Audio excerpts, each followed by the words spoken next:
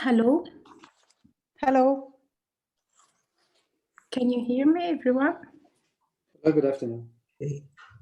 Yes, I hear you. Yeah. Okay. Good afternoon, I can hear you. Welcome, everyone. Good afternoon and welcome to our webinar on migration to Europe. My name is Diana Naji, the head of advocacy at the Democracy Center for Transparency. We are honored to have you all with us today. We warmly welcome Ms. Laura Ferrara, MEP, member of the Five Stars Movement and member of Committee on Civil Liberties, Justice and Home Affairs. Thank you for being with us. Thank you very much for your kind invitation. Thank you. We are also pleased to have Mr. Jan-Christoph Oetjen, MEP, member of Renew Europe Group and the European Parliament and member of Committee on Civil Liberties, Justice and Home Affairs. Thank you very much for joining us today. Thanks for inviting me. Happy to be here. Thank you. We further have the privilege to receive Ms.Vera Goeminne, human rights activist and refugees and immigrants issues. Thank you for being with us. Thank you for inviting me. Thank you.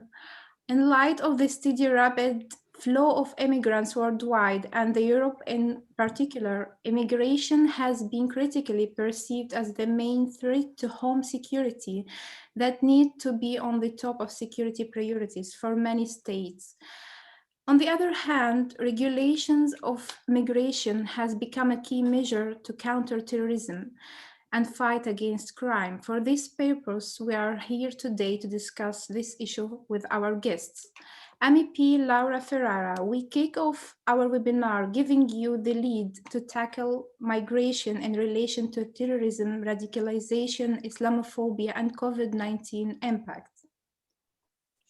Thank you very much. Thank you very much. Good afternoon. Before starting, I would like to thank all the organizers of this event for the invitation, and I would like to give a warm greeting to all the speakers of this webinar. So in recent years, we have witnessed what experts have labeled the securization of migration in the EU. This means that migration as a phenomenon that has always existed and which is natural in a globalized world has been politically constructed as a danger to public order, cultural identity and internal market stability. Fear of terrorist attacks and massive refugee flows have converged in European public debates and political agendas around two ideas. First, that asylum seekers are potentially subject to recruitment, to terrorist radicalization. And secondly, that refugee flow is a backdoor for terrorists. However, the increasing focus on migration as a security issue is problematic, as it jeopardizes the right to asylum and hinders the inclusion of migrants and refugees in European societies as Islamophobia grows. Commonly, we see hate crimes against minority religious groups increase in the wake of terrorist attacks. In Europe, associating Muslim migrants with a terrorist threat has been pursued by far-right politicians for years. Often by means of digital platforms, xenophobic populism produces a stigmatized representation of Islamic religious identities and poisons public debates with anti-immigrant and anti-refugee discourses. In order to counter these trends, migration and religion cannot be exclusively seen through the prism of security, as singling out a religion or group is never the answer to violent extremism by individuals. So today I would like to discuss how to better balance internal security and migration challenges in the EU, exploring in particular the fight against terrorism and Islamophobia. So first of all, the fight against terrorism is one of the key objectives for the very functioning of the European Union as an area of freedom, security and justice without internal borders. Terrorism is a major security threat that exploits the power to hurt by exercising the cruelest violence against our citizens indiscriminately. In addition to the devastating consequences upon individual rights and freedoms, terrorism destabilizes governments, undermines civil society, jeopardizes peace, and threatens social and economic development.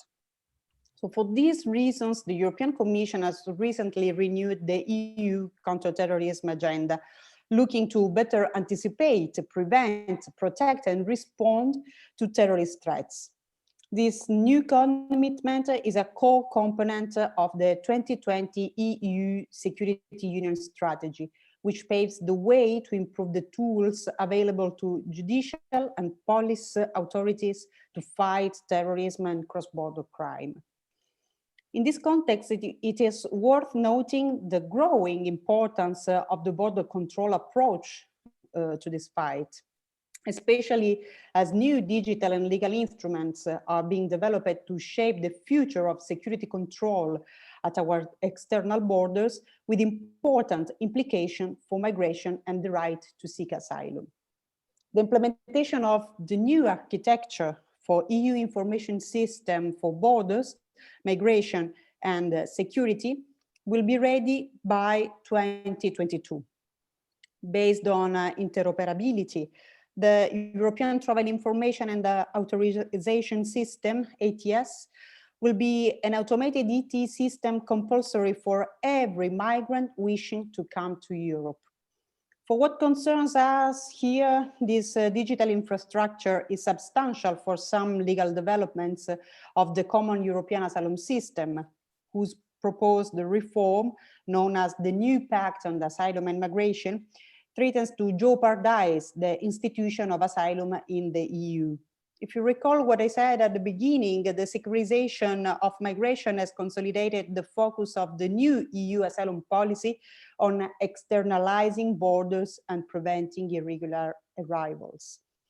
Among the mechanisms proposed by the European Commission in the framework of this new Asylum and Migration Pact, we find some that, in the name of full sufficiency and guaranteeing security, raise human rights concerns. In particular, there is on the table a pre-screening system for all third country nationals arriving at the EU borders, which, although it would obey terrorism prevention requirements, is based on the dangerous legal fiction of carrying out security, health, and international protection checks outside the EU's external borders. It also advocates the establishment of accelerated border procedure to return abusive migrants as quickly as possible, to the detriment of fundamental rights and safeguards of asylum seekers. Without going into further details due to the complexity of these instruments, I would like to leave you with one idea. While carrying out border security controls is important in the fight against terrorism, criminalizing all migrants and restricting the right to asylum is the wrong approach. It is a reality that externalization and border shielding strategies provide opportunities for criminal networks to facilitate irregular migration to Europe. This is therefore drastic from a human rights perspective, as well as ineffective in the fight against terrorism and organized crime. On the other hand, I would like to talk about the integration and inclusion of migrants and refugees in our European societies, and how this relates to the phenomena of radicalization and terrorism recruitment in the EU. Terrorism generates fear and insecurity, empowers political extremes, spreading hatred, and ultimately polarizes societies. Given that the aim of terrorists is precisely to destroy the social fabric, it would seem logical to attach importance to social cohesion in the framework of asylum and reception policies. However, integration and inclusion are always the neglected aspects of these policies. Notably, it has been extensively criticized the inexistence of a policy breach or a transition plan from reception as asylum seekers to autonomy as beneficiaries of international protection. As a result, persons in situation of extreme vulnerability who are entitled to protection find themselves at risk of destitution and homelessness in many EU countries. Any beyond the serious lack of accountability in this regard, the absence of integration policies directly affects efforts to combat terrorism. As mentioned earlier, anti-immigration discourses and the spread of Islamophobia in Europe as a product of the securization of migration bring with them a vicious cycle of Islamic and far-right extremism. If they are not fully integrated in host societies, migrants and refugees might develop resentment, and in the case of some, that anger might become so strong that they, or more likely their children, turn against the host society. At the same time, defensive nationalistic sentiments are increasingly breeding religious intolerance, which is a fertile recruitment ground for radical movements and attract lone wolf attack. Thus, the risk is to create a lost generation of young people who don't find in with the culture their parents left behind, and who don't fit in with the culture of the host country, becoming the main target of terrorist recruitment strategies. So the real starting point for the formation of a homegrown jihadist is not radicalization, but a social disconnection, a lack of identity, and resentment towards the host society. As such, once again, security responses are important but not sufficient, and will not address the many underlying conditions that breed violent extremism and lead young people to join violent extremist groups. Countering radicalization and terrorism goes hand in hand with promoting social cohesion and preventing hatred and Islamophobia. For all the above mentioned, it's noteworthy the opportunity offered by the recently launched new EU Action Plan on Inclusion and Integration, which aims to create partnerships with local actors and to mobilize EU funds for inclusive education, to improve labor market integration and access to healthcare and housing.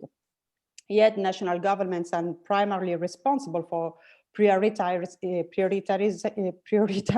integration in budgets, which is often neglected.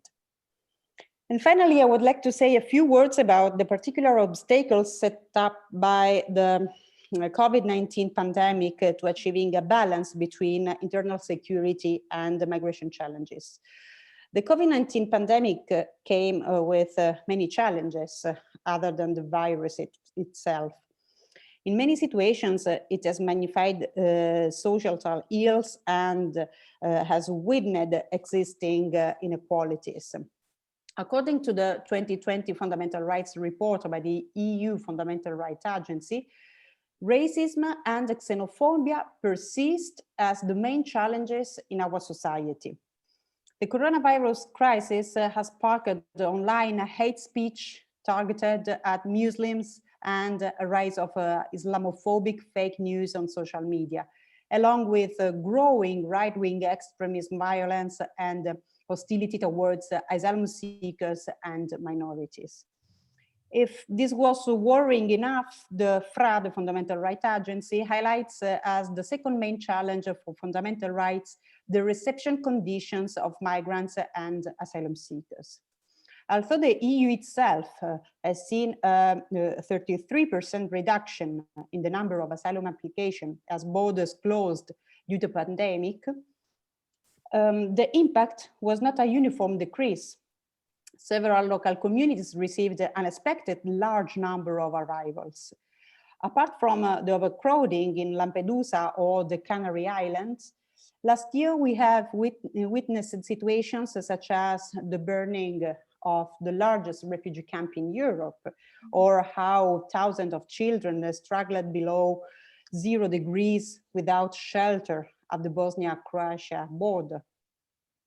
This shows once again that it is always the most vulnerable who suffer the most in times of crisis, and that there is still much work to be done. In this regard, the protection of fundamental rights, and in particular the respect of the right of asylum, is at the heart of my daily commitment in the Civil Liberties, Justice and Home Affairs Committee. LIBE's objective is precisely to strike the right balance between ensuring security by developing instruments to better defend us from terrorism, to protect us from fear, and at the same time ensuring respect for fundamental rights and solidarity as a fundamental pillar of the EU. And this is not an easy task. By way of a conclusion, I would like to have conveyed to you the importance of effective and successful integration policies as a main pillar to encourage legal migration and to prevent radicalization, both of which are nothing but beneficial for European societies. So thank you very much for your attention. Ms. Ferrara, thank you very much for your contribution. Home security is a key concern related to migration. To shed light on, MEP Jan-Christoph Oetjen is invited now to give an in-depth elaboration. Thank you, Diana, for the introduction, and thank you, Laura, for your contribution as well. I share a lot of your thoughts, and I will come back to some of them probably in my part. And as you said, Diana, I will focus on migration and home security. You should know that before having been elected to the European Parliament in 2019, I've been member of state parliament in Lower Saxony in northern Germany. And home security is in Germany a shared competence between the federal state and the states. So we employed kind of 60,000 police officers in Lower Saxony, and this was my task in the Interior Committee in the Parliament. So I was for a lot of years in touch with migration issues, with home security issues, with terrorism issues, and with intelligence. And I want to share some of my experience in this sector, because for me it's important to talk about figures, because when you talk about figures, you will realize very quickly that the link between migration and home security is not so strong, as Laura already said. I know best the numbers from Germany, so I will give you some numbers from Germany. I want to start with the information that in Germany we count about 13,000 people belonging or sympathizing with Islamic terrorist organizations, 13,000 people. At the same time, we have 32,000 people member or identifying with extreme right groups, and 33,000 people with extreme left groups. This being said, if you compare the numbers, the number of people that identify or are a member of an Islamistic group are much less than on the extreme right or on the extreme left side. This concerns people.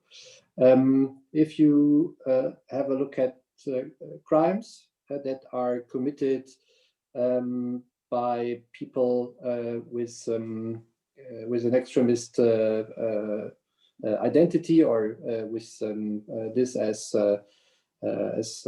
motivation, you will see 1,500 crimes in Germany motivated by foreign extremists, 6,000 crimes by left-wing extreme left activists, and 21,000 crimes by extreme right activists.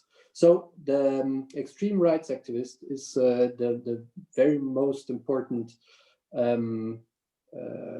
share of the extremists' crimes in Germany. These are the numbers, the figures from 2019, and this And therefore, I would like to echo what Laura already said.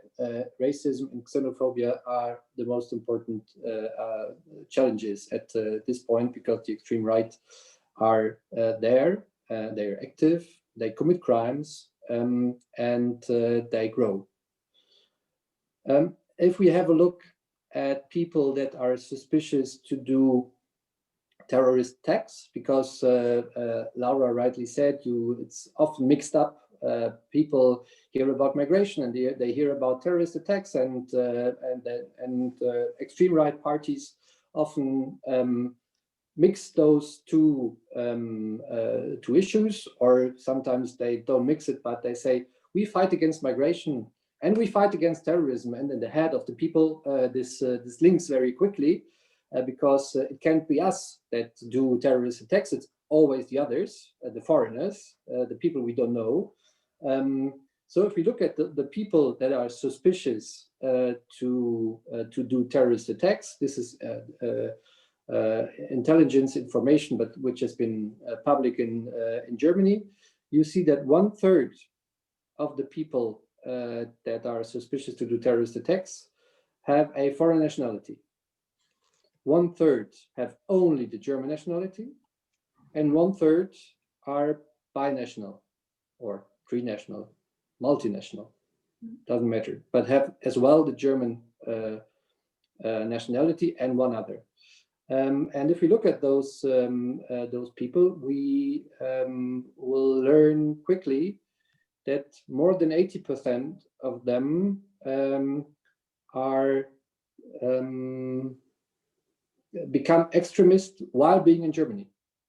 So it's not that those people come from other countries being already terrorists, coming to Germany or other countries in Europe, and then they commit terrorist crimes. No, they become extremists when they are already in our countries.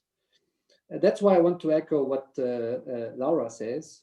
The question of home security concerning terrorists is highly linked to social questions, to the question of integration, to the question of how people feel part of a society or not. And this is my main message on these issues. If we want to tackle terrorism, the first thing we have to do is not to tackle migration, but to tackle work for social inclusion of people in our societies. I want to have a look as well at what we are doing, because we are exporting terrorism from Europe into other countries. We count about 25,000 foreign fighters of IS that have fought in Syria and Iraq, that came from other countries than Syria or Iraq. So those countries are France, UK, Russia, Asian countries, but there are people from our countries going to where is war in order to fight. And we do not prevent them, we produce them, those fighters, by not including them, or by we gave them the ground to become extremists. And I want to say as well that we have something to do with them, because there are a lot of them that have gone to those countries with their families. There are kids of foreign fighters, wives of foreign fighters in those countries, which have our nationalities, which are Italian, like Laura, German, like me, or other nationalities. And from my point of view, we have to take care of them, because they have our nationality, and we should not leave them over there, because at the end, they're kids, they're people, they are from our societies. I want to share as well an information which I got from a friend of mine who was in 2015-16 head of the criminal investigation unit in the city of Brunswick. Brunswick is not known for being the most dangerous city in Germany. 400,000 inhabitants almost, and in 2015-16, one of the biggest reception centers for asylum seekers was in Brunswick. You know that Germany in 2015 and 16 received more than 1.2 million asylum seekers, and well, they had to be accommodated. We managed to it, but it was not always easy. Let's say like this. And my friend, he was at that time head of this criminal investigation unit, and he had a look into crimes committed by those asylum seekers. And his analysis was very clear, and he wrote a book about that. His analysis was, those people are not angels.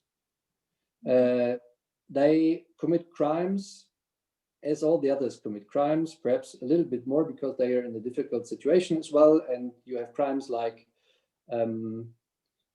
taking something in the supermarket, or you have kind of little aggressions against each other very often. But you don't have major crimes. Concerning major crimes, the numbers are even lower than in the normal German population. And so statistically spoken, those people are not a threat. Those people are normal people like you and I. And from my point of view, asylum seekers have a right to live in dignity, to have human rights, to have their asylum requests to be treated correctly. And clearly, not everybody has the right to asylum. But as long as they're asylum seekers and that they are on European soil, we have to treat them in a good way. We have to accommodate them in a good way. And Laura Ferrara already talked about accommodation in the Greek islands, etc., etc. I will not go into depth on that because it was Laura's part, but we can discuss this later on. I think it's a shame how the European Union or countries of the European Union treat the asylum seekers in some situations. Not everywhere, but in some situations. But coming back to my point, there's no clear link between migration and home security. If we talk about the pact of migration, perhaps later, it's all about telling stories. And people from the right side are telling stories about the link of migration and home security. And they are heard. And people vote for them, unfortunately. So what we have to do is to undo those links by discussions like we do today, because clearly it's not linked, and we have to talk about that and bring this intelligence to the voters, because at the end we will only win and build societies where we can have good integration and high human rights standards if the people are on our side and do not vote for extreme right parties. That's all from my side. Thank you for listening to me and happy to discuss with you further. Mr. Oetjen, thank you very much for your contribution. To highlight the implications of terrorist attacks on migration, we listen now to Ms.Vera Goeminne. Thank you very much. I can't say I can more agree with the both of you coming before me. I align with you with all what you said. I work mostly in the field, and what I encounter is really is crazy sometimes. So I want to say that most people do not know what terrorism really is. Terrorists commit, I mean, I want to make the link between terrorism and a bit about immigration. So not every one who immigrates is a terrorist. You have a few terrorists who coming into the country with the immigrants. The immigrants are have the right to look for political asylum, to have a residency, to have food, clothes, and so on. Terrorists, they don't do it. Terrorists commit violence on whatever ground whatsoever. It is illegal. They want to kill as much civilians as possible as a victim. They take hostages, they demolish, they demoralize the population of the country where they live in. And by demoralizing the population, they make fear to the population, and that's why a lot of our Western society, our population, is afraid of the immigrants, because for them they are all terrorists. When I work in the field, I see people who are really have a scar of being the whole way from where they come to where they are in Belgium, in Germany, in England, in France, and so on. They have a lot of scars. People don't understand the language. They do the classes, but it is not always that possible to learn the language. They do it, but then they have to be integrated. I mean, it is very difficult for them to do a conversation with governmental and non-governmental organizations to ask things as, for instance, healthcare. When they come in Belgium, I don't know how it is in other countries, but in Belgium, as I live in Belgium, they have to be subscribed. They don't have, but I want them to be subscribed at the healthcare, at children's allowances, and so on, so that they be able to not profit of the system, but they work. They pay taxes in Belgium. So all this I'm trying to do with help of my friends, that they are legally with everything in order, and able to have the healthcare, to have the children allowances, if there is problems about accidents on the work field, on the work ground, accidents when they go from home to work.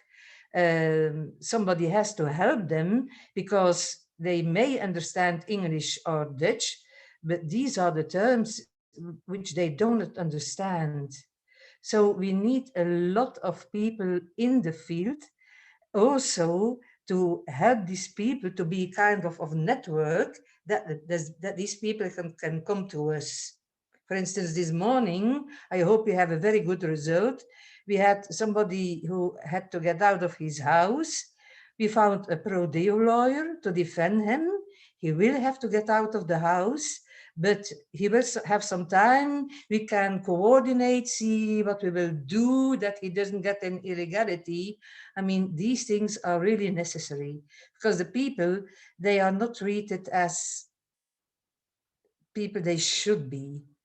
And then also there is the Syrian fighters. When they return, I mean, I'm not for the Syrian fighters, but you have the children of the Syrian fighters. And these children, they have to stay in the camps between Syria and Turkey on the border. We all seen the images of the camps. It is heartbreaking, but every government has to let the children come back to Belgium, to Germany, to Italy, to whatever.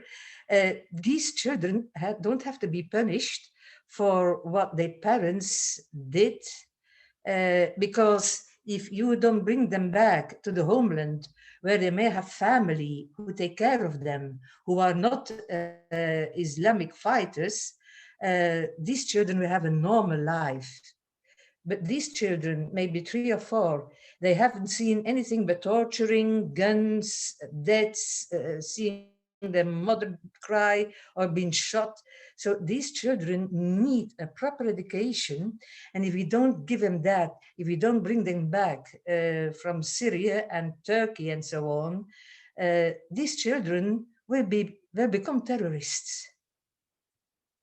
I don't know if you agree, but I think if those children don't see anything else but sorrow, killings, torture, and so on, for them it will be, oh, that is the real world. But that is not the real world. Children have to be children. And the same with other, you have populations here in Belgium who are between, who do not know their own culture anymore. They live between Belgium and being Afghanistan, being Palestinian, coming from Lebanon.